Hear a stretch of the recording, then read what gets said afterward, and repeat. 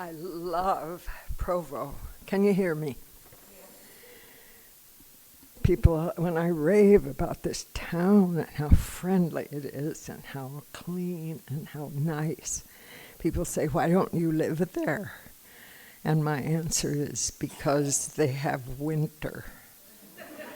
I don't do winter. I live in California, where we don't have much in the way of winter, but we have some.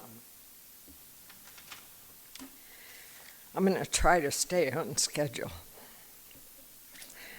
I'm going to just take one moment to ask for a blessing on myself and on all of us. I need my eyes open to see goodness and my ears open to hear truth. And I often forget. I got dressed up. My sponsor, who's not as old as me, well, nobody is, she told me that she was taught to dress up when she was speaking. And, you know, there is something about dressing up that sort of straightens your spine. I feel the same way about handwriting. When my grandmother was a girl, they taught handwriting very assiduously in the schools because they thought it developed character. I've been thinking about taking handwriting classes into prisons just to see what it might do. I have a sobriety date and I have an Al-Anon date. I am a double dipper in both programs. I am an alcoholic and I come from an alcoholic family. In fact, some months into Al-Anon, I found out that my daughter and I are each other's qualifiers. My sponsor has been with me for almost 9 years, mostly on email, and I'm so impressed with her dedication and her commitment and her fidelity. I don't think sponsorship is the only approach to helping other alcoholics. Sponsorship is not mentioned in the big book, but it is a formalized and regular way to get help from another sufferer. I have had a privileged life. Lots of times I hear really heartbreaking stories of people's upbringing, of being neglected, of being abused, of being demeaned, criticized. I was never treated like that. I knew I was precious. I knew I was loved. My dad was my best friend and my companion. And I say that to remind you that we're still all the same. I had a privileged upbringing. Many of you did not. Yet, here we are together, dealing with the same difficulties, the personality traits that got in my way in relationships and enabled me to justify drinking. I come from a family of alcoholics. My father was so nervous about alcohol. I think he was just a dry alcoholic. He had a lot of quirky qualities, and my mother could have been an active alcoholic. She had hysterical fits and things like that. But of course, we didn't talk about those things, especially in front of children back then. The word alcoholic was never mentioned. This is a long time ago. I'm older than the big book. Heck, I'm older than toilet paper. When someone was an alcoholic, the women would say, "He drinks." And they would say the same thing about a lot of other things that we're now open about. Epilepsy was thought to be kind of a shame, not mentioned openly. Cancer, sometimes people didn't say cancer. So my dad was very nervous that I would drink because we had an uncle living with us who was a flaming alcoholic and caused a lot of disruption in our household. And so when I was about 16, my dad offered me $100, which was a lot of money in 1950, if I would not drink until I was 21. Well, I collected that money. And so I think that was a good idea because I developed social skills, I had other connections and other friends. It was bribery, of course, but I'll tell you more about that later. My dad was a skeptic. He was at least an agnostic. In fact, I've heard him say, "Thank God I'm an atheist." But he raised me in an atmosphere of skepticism. So any kind of spiritual or religious approach has always been challenging for me. I was educated to be self-reliant. I think I'm not the only one in this room. And so learning to rely on some other power has always been a challenge. But I always felt loved. And then I got married. And I married a scientist. They're not like the rest of us. This scientist was a workaholic. And for those of you that have never known one, it's as much an addiction as alcohol or drugs. You know, that reminds me that our shortcomings are so-called defects. I'll come back to that later. Those are addictions as well. I think about that passage in the big book where Bill goes into a cafe to get a sandwich, and he decides he'll have just one drink. And then he says, an hour and a half later, I was pounding on the bar, asking myself, how did I get here? Why did I do this again? Well, recently I had the same kind of experience with trying to change another person. I'm always ready. The world is my classroom. You know, I was a teacher for about 10 years. Then I taught music privately after that. And so I'm always ready to teach people, whether they like it or not. And so I am always in danger of starting in on people to fix them. And I did that last week. And suddenly I realized I was in the same condition that Bill was in when he got drunk. I was saying to myself, here I am again doing the same stupid thing that I know doesn't work. What that tells me is that that behavior is addictive. That's my obsession. That's my spiritual relapse. I've never had an alcoholic relapse, but that doesn't mean I haven't relapsed.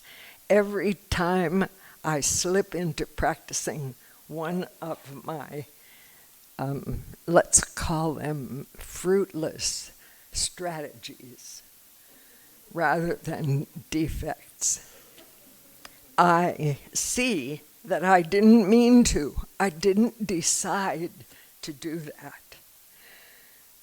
So marriage for me was a big challenge because I was used to having attention and approval, and my husband was too busy. He was working 70 to 80 hours a week, and I used to say he was never home, but we had 5 children, and people would say, well, he must have been home 5 times.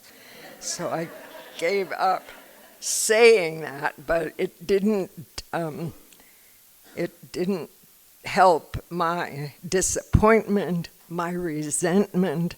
I developed the most healthy resentment against him. Without Al-Anon, without a program, it never even occurred to me that I had a part in it. Of course it was his fault. He was never there. And I was the long-suffering one who was trying to make it better. I see some of the women smiling. So I just tried harder to control it. I just danced faster. If I were a better housekeeper, a better mother, if I were sexier, if I were thinner, if I were more fun, if I was a better hostess, then maybe he would like me. But he was addicted. He was addicted to his work. And my anger increased at such a rate that I began to believe that I couldn't be happy unless he died. And so I started to think about killing him. I'm not a natural criminal, but it just seemed so clear that the world would be a much better place without him. He was really in my way. And so I thought of going to a bar and finding a hitman. I'm telling the truth. And I was on the verge of doing that until, with my luck, I realized I would probably get an off-duty cop. So I decided that was not such a good idea. And finally, see, in my generation, this would not be an option. I realized there was a door marked exit. But of course, it's wrong to leave a marriage. So it took me some terrible anguish. And of course, we had 5 kids by then. But when I finally left, my kids were mostly grown. And my youngest son had fired me, so that was not a problem. I didn't start to drink until about 15 years after that. I was 75 years old when I took my first drink, and I really liked it. I remember thinking, oh, why don't people do this all the time? And I had started drinking because I was getting old and I couldn't sleep. None of you know about that. Old people don't sleep very well. We have to go to the bathroom a lot. And a friend of mine said, well, if you have a glass of wine at bedtime, it'll help you sleep. And sure enough, it did. And then my friend said, but don't you wake up later in the night? And I said, well, sure, what's the problem? You just drink some more. And so within about 5 years, I was addicted to alcohol. I couldn't think about anything else. Somewhere in the big book we are told, even when we are not drinking, our disease is progressing. I haven't had a drink now for almost 9 years, but I know that my disease is alive and well. And I know that about the other alcoholics that I know, the ones in my family. And it does me a lot of good to know that about them. I hit bottom for me. You're going to say, what? Bottom? At age 80, when I drove drunk to Oregon to visit my son and his kids. I was afraid that his wife, who's a little bit intrusive, might examine my luggage to see if I was drinking. So I went and bought 2 big bottles of Listerine and dumped it out and filled them with sherry. So the worst that could happen would be that I'd be apprehended with an oversupply of mouthwash. I drove my son's kids drunk. And he came to me, he's the jewel of my life, he's my best kid. I tell them all that, of course. They're all my favorite.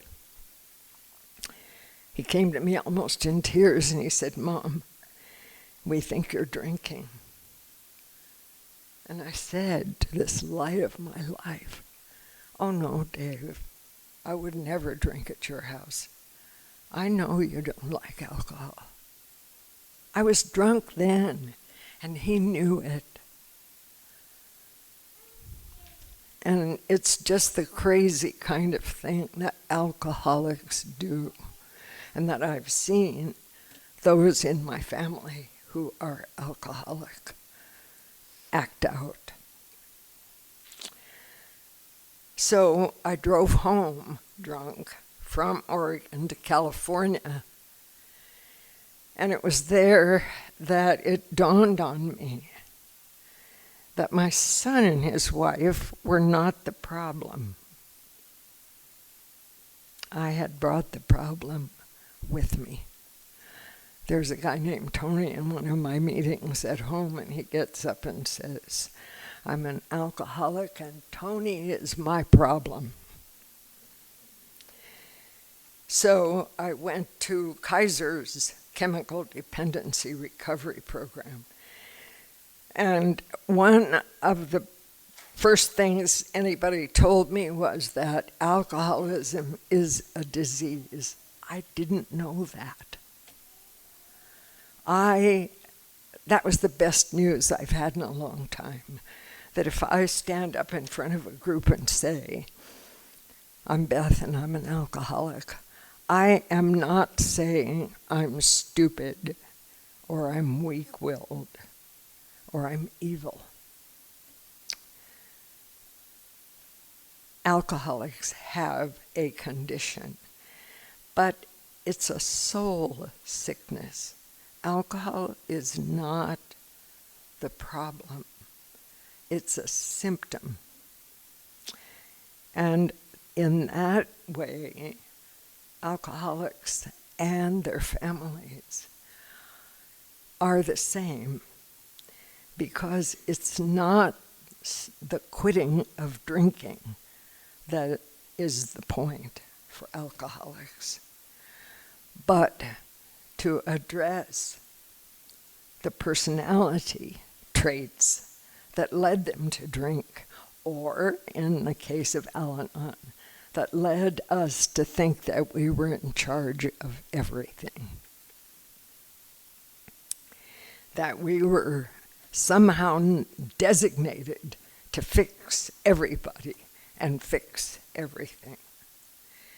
So all these disorders, the ones we Al-Anon members have and the ones alcoholics have, are diseases of the spirit. And that means that only a spiritual solution will work. My disease, trying to control people, drinking, dwells in my reptilian brain, my primitive brain, way down here, where it can't communicate with my cerebral cortex. That's why willpower doesn't work. That's why it doesn't work for us in Al-Anon to say, well, I'm just not going to do that anymore. I'm just going to fix that problem. We have impulses which begin as God-given instincts, but which become exaggerated obsessions. And so a spiritual solution is the only one. Another thing they told me at Kaiser was that we have to have some kind of shorthand approach to crisis. When we feel some behavior coming on, or we notice ourselves slipping into undesirable behavior, like a jet pilot who loses an engine can't be searching around for the instruction booklet. He's got to have a checklist in his mind. And they gave me a good acronym, SPARROW. Share, pray, act, read, replay, one day at a time, write. If I stop and do all of those things before I drink or try to fix another person, the fit will pass on. So far, that's worked for me. All of these approaches must be delicately handled. I talked to a lady who said, I just open the big book at random and I do whatever it says. Well, I know people who do that with the Bible too. And in fact, I know one lady who said, I opened the Bible at random and I put my hand on the verse, and when I read it, it said, and Judas went and hanged himself.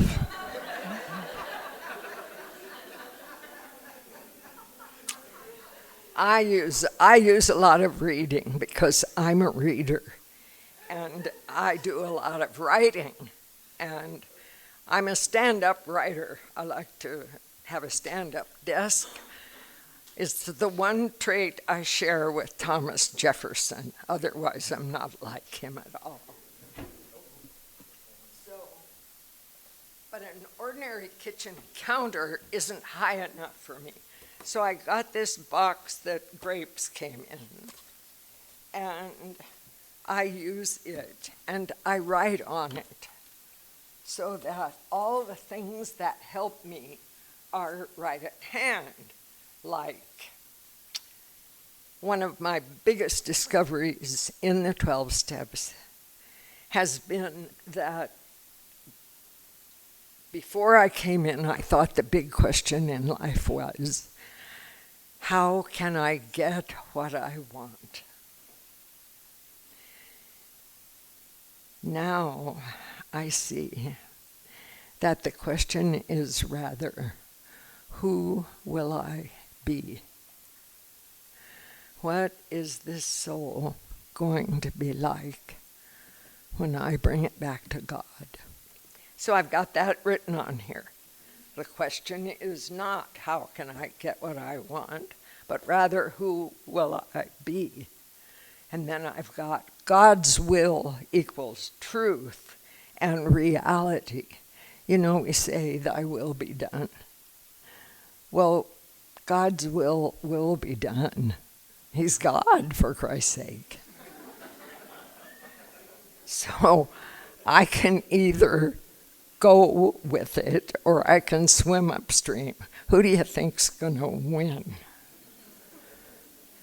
So The 11th step changed my life, too. I had been praying for what I wanted. I think a lot of us do. Let my team win. Please don't let it rain today. Let me get that money. The 11th step tells us we pray only for knowledge of God's will for us.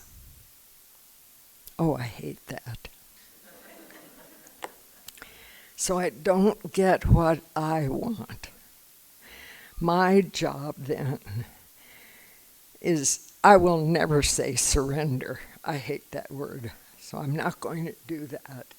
And I'm not going to be obedient either. Some people might, but not me. What I do is align my will with God's will.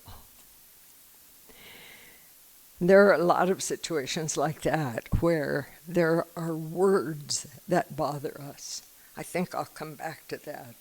So I've written a whole bunch of things. Here's one that says, call your mom and the Blessed Virgin Mary. Nothing is so bad that alcohol can't make it worse. Wisdom can come with age, but sometimes age just shows up all by itself. I'm going to leave this here for your reading pleasure. I also use the big book, and I do the Courage to Change. Is that what we call it? Yeah, Courage to Change. I do that every day. And I know it's good to find other things that help us. I happen to like Al-Anon, and I particularly like this book. It's called Help, Thanks, Wow. The 3 essential prayers. So when I can't think how to pray, I just remind myself to stand up straight and I say, help, thanks, wow. And that'll do it for a while. So the 12 steps also have introduced me to the idea of humility. Like a lot of people, I thought that being humble meant being subservient to other people. I can't tell you how important it is to know that we owe humility to God. We do not have to grovel before any other person. And I love meetings, AA meetings, and Al-Anon meetings. The Al-Anon meetings I've found here are the best of any meetings I've found anywhere in the world. And I've been to meetings everywhere, including Australia, where they do speak a foreign language, but the meetings are pretty good. Anyway, I think the fellowship of meetings has been a very important thing for me. But I want to tell you, just in case it resonates with you, I read and hear a lot about belonging, a sense of belonging. I do not think that's necessary. I don't feel like I belong. But I feel fellowship. I feel a bond with the people in AA because we're shipwrecked together. The people in AA and in Alanon. Gratitude has become very big for me. I keep a gratitude list every day. And to avoid doing the same old thing about being thankful for how smart I am and how well educated and how I can play the piano and everything, I've started doing an alphabetical list. So every day I go through the alphabet and think of something that starts with each letter. Q is a stickler. K is hard too. But You do what you can. Gratitude really struck me as important. When a young man in one of my meetings said, when my alarm goes off in the morning and I reach out to sock it, and I say 6 words, thank you, thank you, thank you, instead of, oh shit.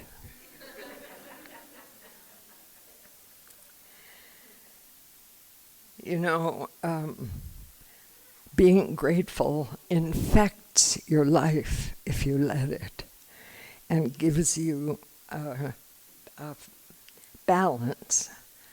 George Bernard Shaw said, life does not cease to be funny when people die, any more than it ceases to be serious when people laugh. That reminds me that my moods may fluctuate, but the point of life, the aim of life, does not. Service is important. I try to do service in the ways that are appropriate to my age and my situation. And I'm always reminded of a saying of W.H. Auden, the poet, who was concerned about those of you, it wouldn't be me, who are almost addicted to serving others. He said, we were put on this earth to serve other people. I don't know what the other people were put here for.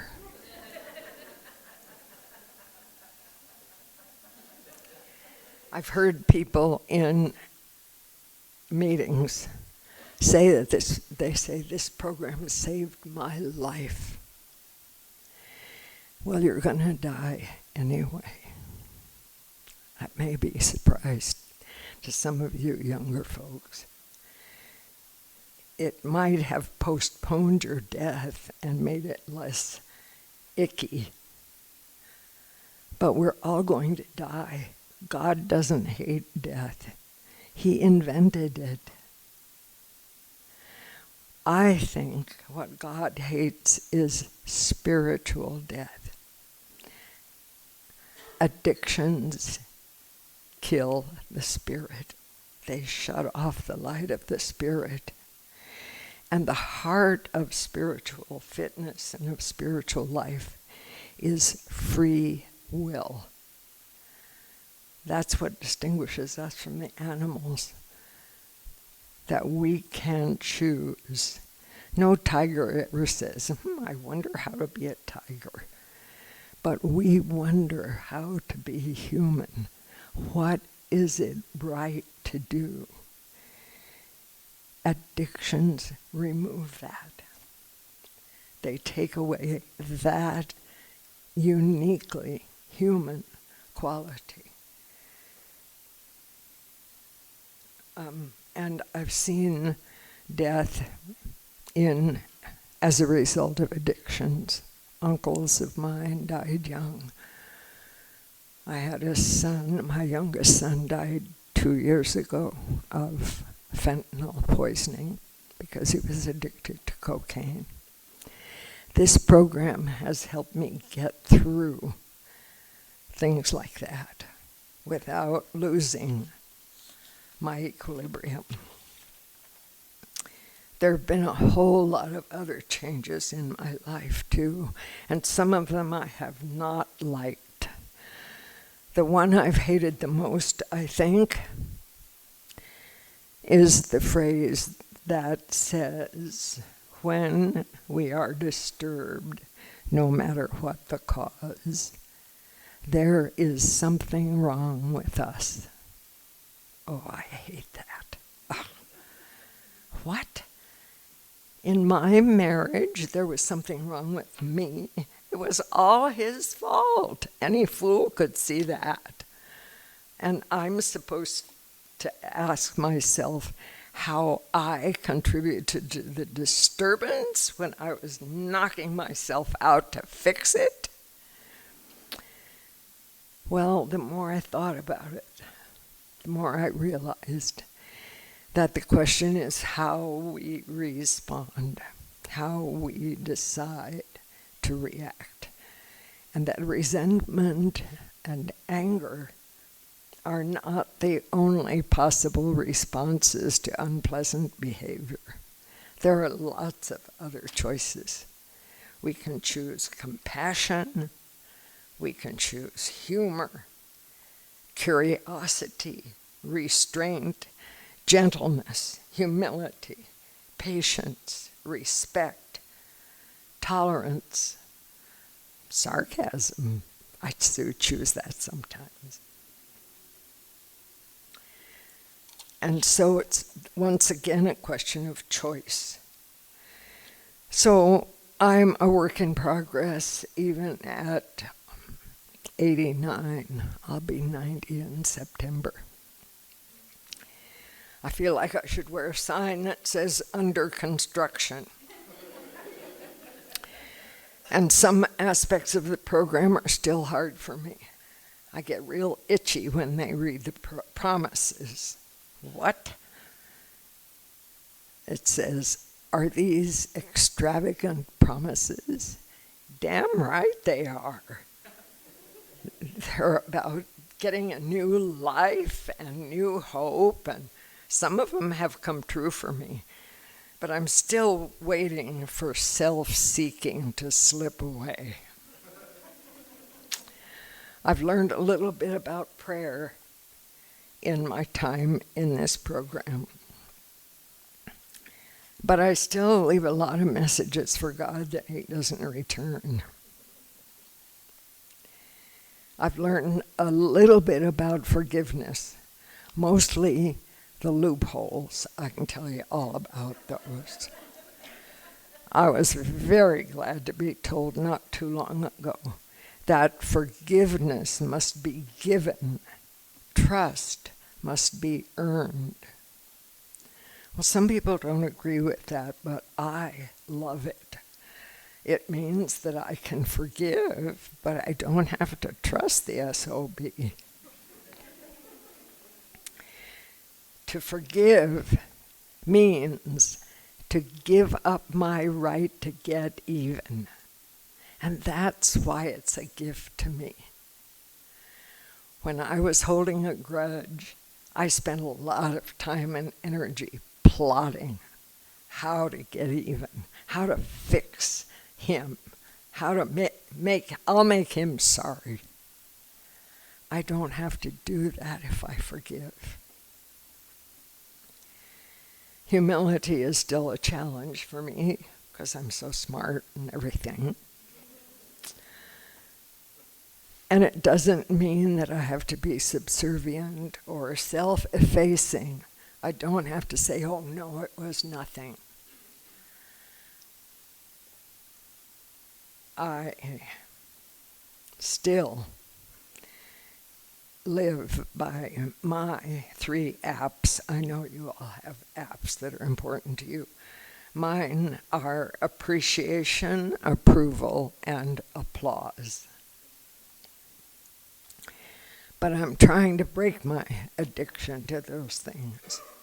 I'm trying to understand that it's really the approval of God that is important. And let's talk about God for a minute. I know a lot of people who walk into these rooms and see the word God up on the wall and they walk out. I want to tell those people, the folks who told you about God and made you think that had it wrong. They just made a mistake. They didn't know what they were talking about. There was an atheist who was talking to a believer, and he was telling him all about that there couldn't be a God, and there certainly wasn't a hereafter. And the believer listened, and then he said, let me ask you this. You know, cows and horses and deer all eat grass, but horses excrete clumps and deer excrete pellets and cows drop a patty. How do you explain that? And the atheist said, well, how would I know? And the believer said, you're telling me about God and you don't know shit?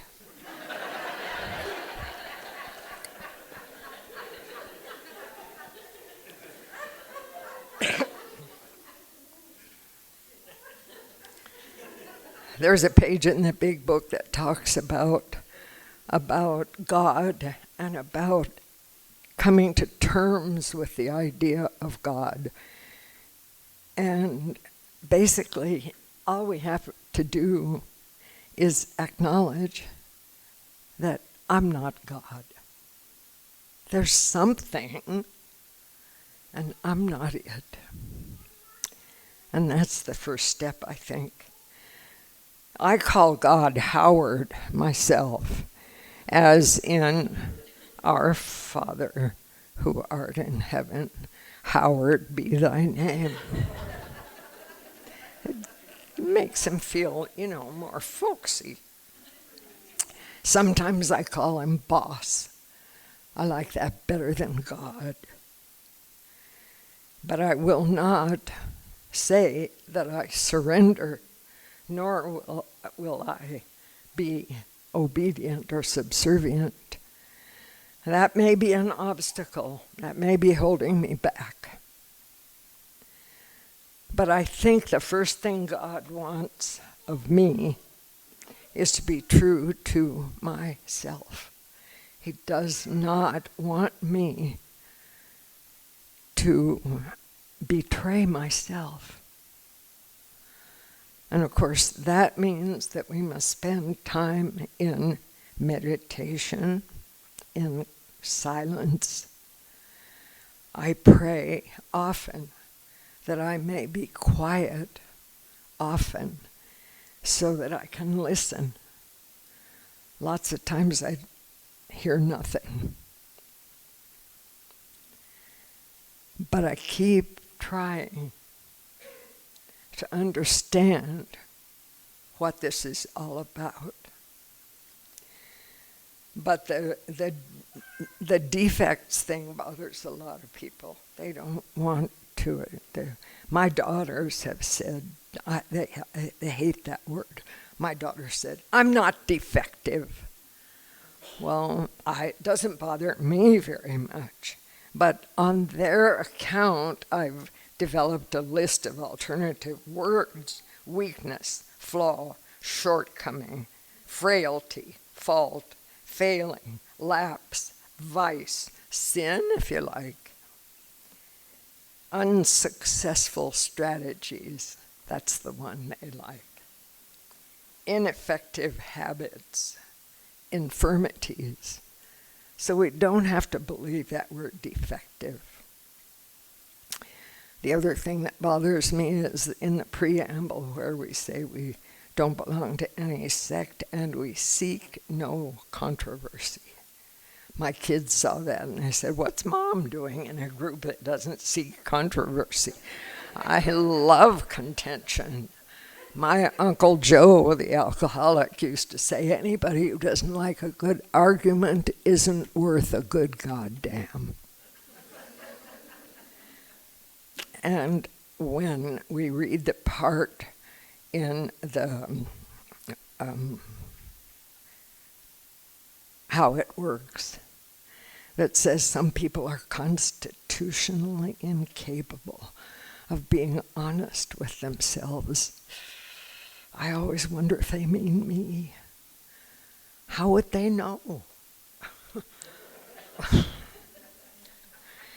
So I keep wondering. I told you before that my dad was especially nervous about alcohol. And so he actually paid me $100 when I turned 21 so that I didn't drink. And so I offered my own kids that same deal. I had 5 kids. It was, 20, 30 years later, so it had to be $1,000, of course. And I offered it to all 5 of them. The first 2 collected. They were good children. Number 3 was already drinking by the time I offered it to her. And she may be, we don't diagnose, of course, but she may be an alcoholic to this day. My number 4 kid was extremely sensible and well-balanced, so she came to me when she was a junior in college and said, "Mom, I don't want to lie to you, I've been doing mushrooms and pot." I said, "Naomi, do you know that that's risky?" And she said, "Well, it's not like I intend to become an addict." What? You mean as opposed to the people who do? So I sent her to a drug counselor, a woman who knew my history, my family history. And the woman said to her, "You have no business messing with substances." And of course, my daughter just brushed it off. She's almost 50 now, and the verdict is still out. That disease is cunning, baffling, powerful, patient. Mine waited 75 years. So and my youngest son, I offered him $1,000, and just like every other thing we tried with him, he gave no sign that he'd even heard it. We couldn't discipline him, we couldn't guide him, we couldn't tell him anything.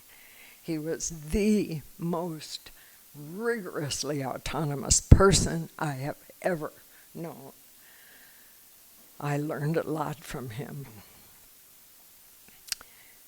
And he died at 42 of drugs.